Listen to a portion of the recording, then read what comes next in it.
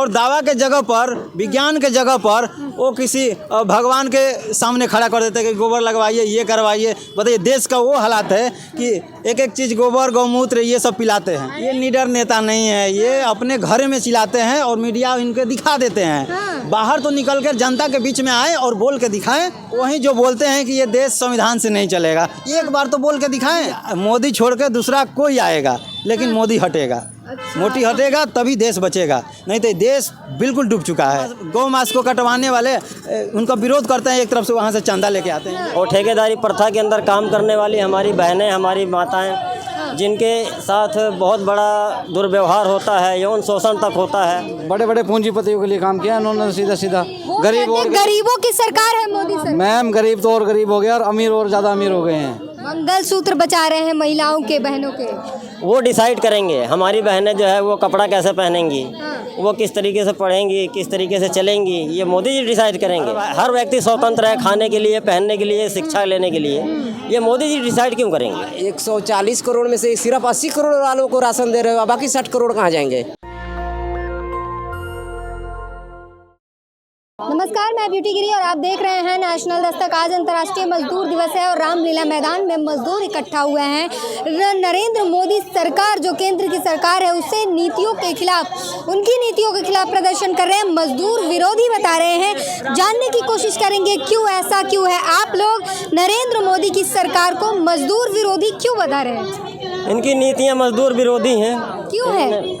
इन्होंने पुराने लेबर जो श्रम कानून थे उनको पूरी तरीके से ख़त्म करने का जो है पूरी तरीके से प्रयास किया है।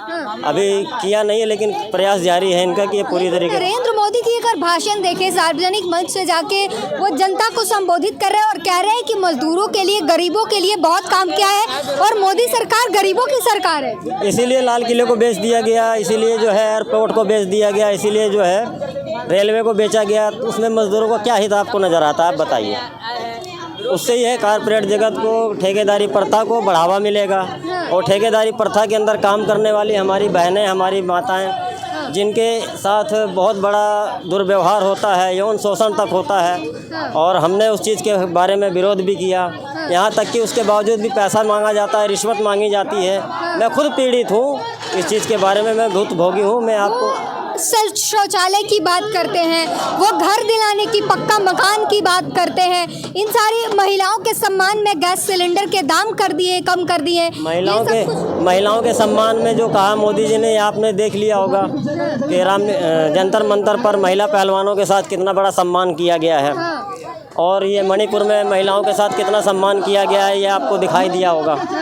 ठीक है। और शौचालय की बात रही, जहाँ श्रम एरिया है, श्रम बस्ती है, वजीरपुर इंडस्ट्री एरिया के अंदर, वहाँ पे बने हुए शौचालयों को तोड़ करके आज हमारी माताएं बहनें जो है खुले में बैठने को मजबूर हैं। तोड़ा क्यों गया? वो सिर्फ एक पार्क को डेकोरेशन करने के लिए ही तोड़ दिया गया। आप लोग का घर तोड़ दिया? घर नहीं, शौचालय को, शौचालय तोड़ दिया गया। केजरीवाल के बारे में क्या कहेंगे? केजरीवाल को नरेंद्र मोदी सरकार जो है लगातार चोर कह रही है और अभी चुनाव का मौसम भी है। जनता जो है दो तरफ बटी हुई है। कोई कह रहा है हर हर मोदी, तो कोई केजरीवाल और तमाम इंडिया गठबंधन पर भरोसा कर रहा है। क्या कहते हैं मजदूर? देखिए, ये राजनीतिक पार्टियां जो हैं ये कभी भी मजदूरों के बारे में नहीं सोचती हैं। कोई नहीं सोचता है। अगर कोई सोचता है तो क्रांतिकारी विचारधारा के जो संगठन हैं, जैसे F2 हो गया, और क्रांतिकारी विचारधारा पे चलने वाले चाहे कोई भी संगठन हो, सिर्फ वही सोचते हैं।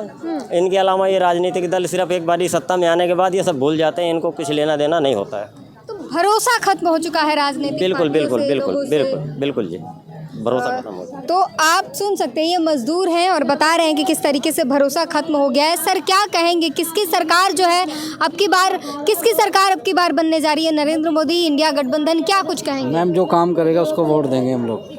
तो नरेंद्र मोदी ने काम किया है 10 साल में? मैम, 10 साल में मजदूर का तो कुछ हुआ नहीं है मैम। ठीक है ना, सैलरी टाइम से मिलती है। किसका हुआ है?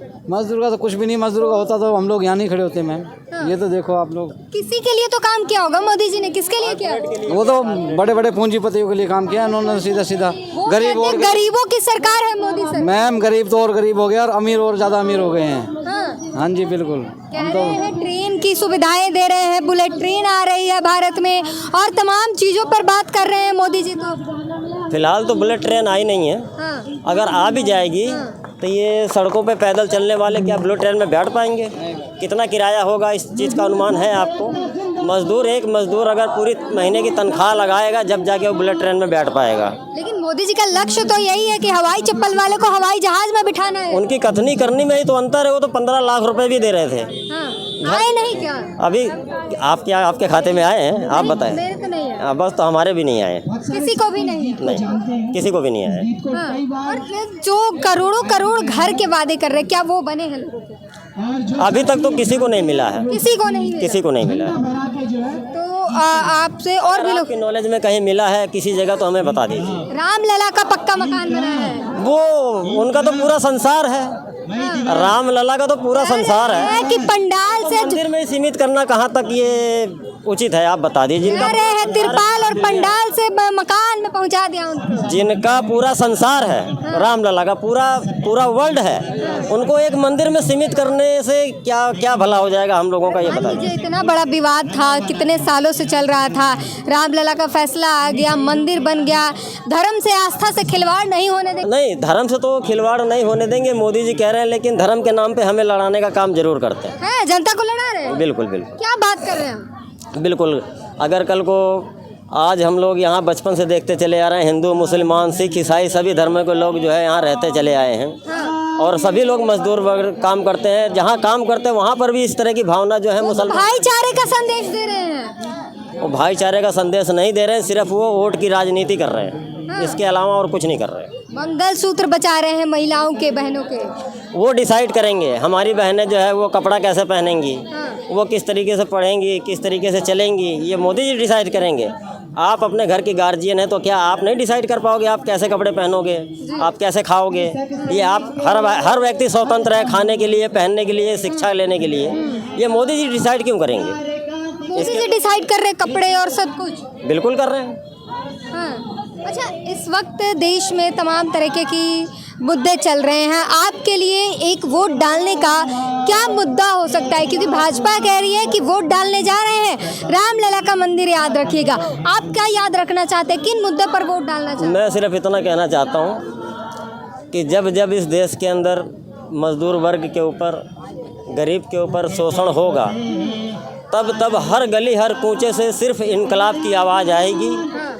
और इतनी ज़ोरदार तरीके से इनकलाब की आवाज़ आएगी कि इस देश से भ्रष्टाचार को, अन्याय को, अत्याचार को, शोषण को उखाड़ के फेंकने का मजदूर वर्ग काम करेगा।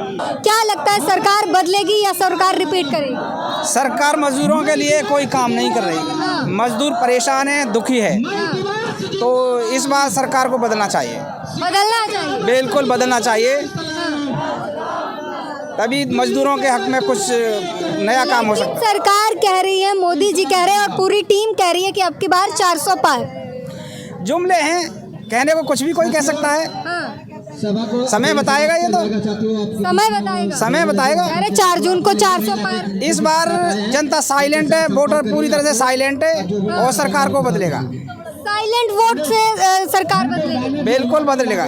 यार गारंटियां मेरी फेल नहीं होती। घर देने का वादा किया था, शौचालय देने का वादा किया था, सब कर दिया है। तो सबको घर मिल गया तो फिर मकान मालिक किराए पे क्यों रह रहा है उसमें किराएदार? जब सबको मकान ही मिल गया तो दिल्ली में 90% तो किराए का मकान में खाने वाले हैं, तो कहाँ मिला है? किसको नहीं मिला है घर? नहीं मिला है। झूठ बोल रहे हैं मोदी जी। हाँ, वो झूठ बोल रहे हैं। वही है, अपना आदमी को मिल गया है, जो बेकार है उनको नहीं मिला है। अच्छा, सफाई पर बड़ा खर्चा करने की बात करते थे, खुद झाड़ू लगाए हैं। साफ सफाई है देश में? दिल्ली में देख लीजिए, कहाँ सफाई दिख रहा है? नहीं है। यहाँ देखिए आप सड़कों पे, आपके सामने दिख रहा है। कुछ काम नहीं हुआ। नहीं, 10 साल में कुछ बदलाव नहीं हुआ। बदलाव हुआ है, जो उनके आगे पीछे रहने वाले उनका बदलाव हो गया है। क्या बदलाव हुआ उनमें बदलाव हुआ कि जो जिनके पास उनका पार्टी से जो जुड़ा हुआ है वो तरक्की कर गए हैं। अच्छा, जो भाजपा से जुड़े हैं वो तरक्की। हाँ, जो कांग्रेस से जुड़ा, आम जनता का कोई किसी ने देखा ही नहीं अभी तक। आम जनता के लिए किसी ने नहीं देखा। जो कमा रहा है तो खा रहा है, नहीं कमा रहा है तो भीख मांग रहा है, वही हाल है। विकास का मतलब क्या है? वो बोलते हैं 140 करोड़ मेरा ये परिवार है, तो 140 करोड़ में से सिर्फ 80 करोड़ वालों को राशन दे रहे हो, बाकी 60 करोड़ कहाँ जाएंगे? हाँ, 80 करोड़ वाले ज़्यादा गरीब है ना, इसलिए उन्हें दिया जा रहा है। तो 80 करोड़ में क्या सबको, उनमें भी तो अमीर हैं, उनमें अमीरों लोगों को राशन मिल रहा तो जिनके घर में गाड़ी है उनको भी राशन मिल रही है। है। इसमें भी धोखाधड़ी है। 100% में 100 राशन कार्ड उन्हीं का है जिनके पास पावर है। पावर वालों को राशन हाँ, मिल रहा है, राशन गरीब जनता को कुछ नहीं मिल रहा है, वो दिखावटी है। 2-4 दशकों को बांटते हैं, बाकी 90 को पावर वाले ही लेते हैं। बताइए, ये बड़े खुलासे कर रहे हैं। और भी कोई काम हुआ कि नहीं, आमदनी दुगनी हुई कि नहीं, खाते में पैसे आए कि नहीं, जितने वादे नरेंद्र मोदी ने किया नहीं, था? मेरे हिसाब से तो अब जिसका आया होगा, हमारे हिसाब से तो नहीं आया है। नहीं आया? नहीं। अच्छा, राहुल गांधी बड़ी बड़ी बातें कर रहे हैं कि दिहाड़ी दिलवाएंगे, पर दिन एक दिन में 400 रुपया, युवाओं के लिए रोजगार होगा, सब कुछ होगा। क्या लगता है इस बार उनको मौका देना चाहिए? नहीं नहीं नहीं नहीं, सवाल ही नहीं है। कोई नई पार्टी तो फिर कौन होगा प्रधानमंत्री? अभी तो कहा नहीं जा सकता है। अभी तो दोनों तरफ का भी तालमेल होता है, किसका कितना सीट आता है उस अच्छा, हिसाब से। नाम लेती हूँ मैं, केजरीवाल है, तेजस्वी यादव है, अखिलेश यादव है, ये राहुल गांधी है, हेमंत सोरेन, बहुत बड़े बड़े नेता हैं। किसको चुनते हैं आप? किसको लगता है सबसे अच्छा है? सबसे अच्छा तो मेरे हिसाब से मनीष कश्यप। मनीष कश्यप? हाँ। अरे उसने तो बिहार को धोखा दिया। किसी ने धोखा दिया? मनीष कश्यप बिहार बदलने की बात कर बिहार रहा है। बदलने की बात करते थे, भाजपा में चले गए। तो- हाँ, बताइए सर, बड़ी बिहार बात। बदलने की बात कर रहा है, वो खुद बदल गया। जो बोला था कभी बिकेंगे नहीं, वो बिका गया वो भी किया, पवन सिंह है, है। चल रहा है। पवन सिंह भी तो वही है जो बीजेपी से आसनसोल से टिकट मिला, फिर आपस में फरवरी में चाह, फिर आज जमीन नहीं से उठते उठते वहाँ जाते जाते उनका हो जाते हैं। धोखा दे देते हैं। हाँ, जमीन से उठते हैं हमारी तरह, आपकी तरह, और वहाँ जाते जाते उनको बदलना ही है। नहीं बदलोगे तो अंदर जाओ। हाँ। जैसे केजरीवाल का हाल हुआ है, देख ही रहे हो सामने। अच्छा, मतलब केजरीवाल को जबरदस्ती अंदर कर दिया गया है? नहीं नहीं, उसका साथ होता है, सबूत होता है। ऐसे कैसे हो जाएगा? हम आम आदमी, हमको पुलिस वाले पकड़ेंगे तो हम पूछेंगे नहीं भाई किस जुर्म में ले जा रहा है? हाँ। ऐसा कुछ नहीं है, कुछ तो होगा। कुछ तो हुआ होगा, वो बताइए। तो घोटाला किए हैं, तो ये तो बीजेपी का रवैया है। CBID इनका घर हो गया है, इनका अपना आदमी हो गया, जब चाहे किसी को उठा ले। लेकिन एक बात पे आपको दुखी है कि मनीष कश्यप को बोले कि हमारे हिसाब से सही है, हमारे हिसाब से बिल्कुल गलत है, हमारे हिसाब से बिल्कुल गलत है। आप कह रहे हैं ED CBI जो है बीजेपी का घर है, ऐसा क्यों बोला? वो तो सरकारी संस्थाएं हैं, स्वतंत्र होकर काम आप बताइए, सरकारी संस्थाएं हैं, जब मन तबे उन्हीं के पार्टियों पर, उन्हीं के नेताओं पर क्यों नहीं वो जांच करवा रहे हैं? हाँ। खुद अपने पार्टी का, उनमें जितने भी पदाधिकारी, जितने भी विधायक MLA जितने भी हैं, क्या उन लोगों ने घोटाला नहीं किए? एक भी उन लोगों पर क्यों नहीं जांच करवा रहे हैं? क्या विपक्षी लोगों को ही लेकर जा रहे हैं जेल में? मतलब चेहरा देख के कार्रवाई होती है? हाँ, चेहरा देख करके। हाँ, पार्टी देख जो ज़्यादा बोल रहा है उसको अंदर लेके जाया जा रहा है। हाँ। जैसे कोरोना में हुआ था, कोरोना हाला करके जो ज़्यादा बोलता था उसको खत्म करना था। इस पर कोरोना है, का बात छेड़ दिए तो अब सुनिए, कोविशील्ड लगवाए थे वैक्सीन? कोविशील्ड में नहीं लगवाया था। हाँ, अभी जो हाल में खबर आ रही है, बताइए कि देखा साइड था इफेक्ट पड़ खबर? रहा है। हाँ, साइड इफेक्ट पड़ रहा है। अब साइड इफेक्ट पड़ रहा है, जो कि उससे भी चंदा लिए थे। ये कोविड का इंजेक्शन लगवाने के लिए इससे भी चंदा लिए थे। हाँ, 52 करोड़ रुपया मिला था। हाँ, अब बताइए कि वो पैसा भी बेच रहे हैं, तो देश में वो क्या किए हैं जनता के लिए?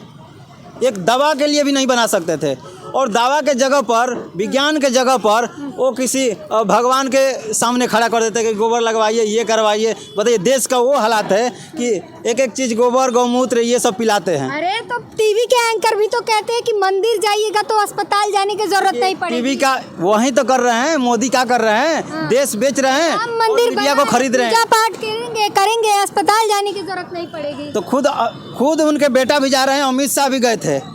हाँ। अमित शाह भी गए थे, रामभद्राचार्य भी हॉस्पिटल में कई दिन से थे, जो कि ये तो भजन गाते थे, दिन रात उन्हीं को गुण गाते थे, भगवान इन्हीं पर हैं। तो ये लोग हॉस्पिटल में क्यों रहते हैं?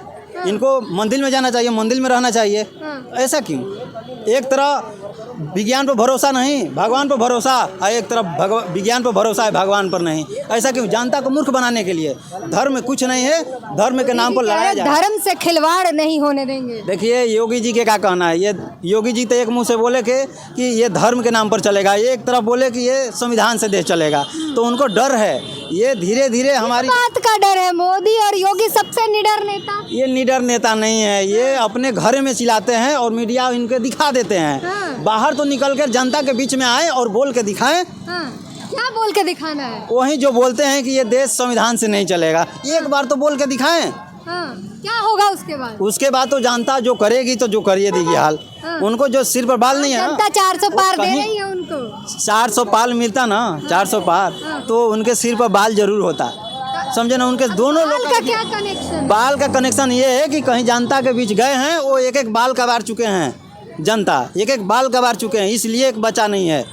400 पाल मिल सकता है, एक भी नहीं वोट मिल सकता है हमारे हिसाब से। अरे मोदी जी कह रहे 2 चरण की वोटिंग हुई है ना, उसमें भाजपा कह रही है कि जबरदस्त वोटिंग हो रही है, 2 जगह तो भाजपा का कमल खिल गया है।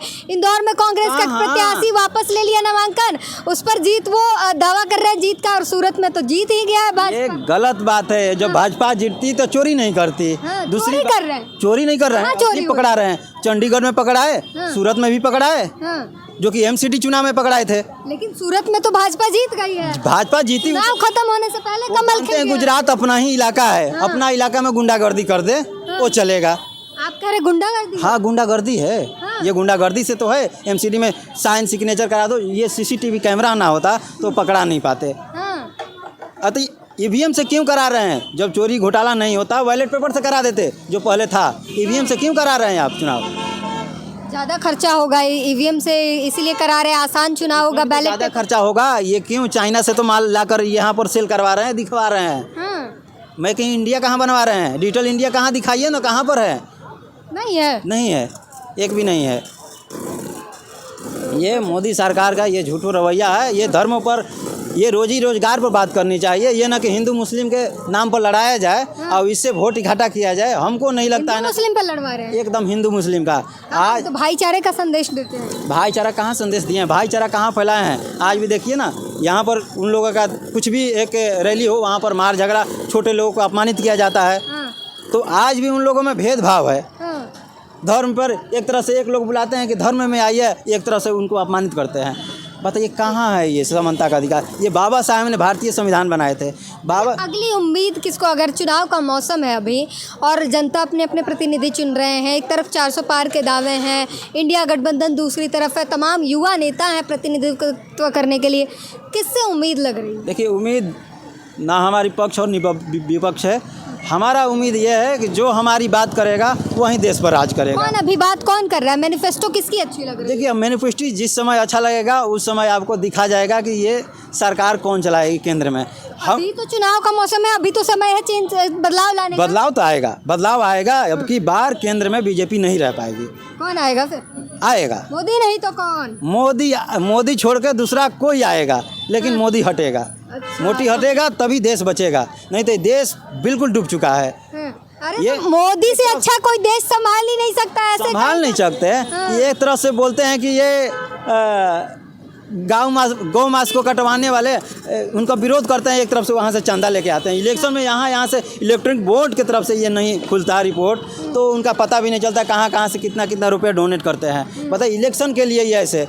जब एक तरह से पिछला बार वादा किए थे कि 2 करोड़ हम रोजगार देंगे, नौकरी देंगे, कहाँ दिए हैं? एक भी दिखाइए ना, 1 लाख भी दिखाइए, 10,000 भी दिखाइए ना, क्या किए? ठीक है, तो आप सुन सकते हैं तमाम सवालों पे, और एक ही शब्द, एक ही लाइन जो है इन्होंने बार बार कही कि देश बचाना है तो मोदी को हटाना पड़ेगा। इस बार बदलाव होकर रहेगा, कोई भी आए लेकिन मोदी नहीं आएगा, ये जनता की राय है, ज़मीनी हकीकत है। ज़मीन पर जनता क्या सोच रही है वो हम आपको बता रहे हैं। इस पूरी बातचीत पर अपनी प्रतिक्रिया ज़रूर दीजिए। नेशनल दस्तक की आपसे गुजारिश है कि अगर इसको बचाना चाहते हैं तो नेशनल दस्तक को सब्सक्राइब करने के लिए रेड कलर के सब्सक्राइब बटन को दबाएं, फिर बेल आइकन की घंटी दबाएं। नेशनल दस्तक को बचाने के लिए बहुत जरूरी है कि हर खबर को शेयर करें, लाइक करें, कमेंट जरूर करें।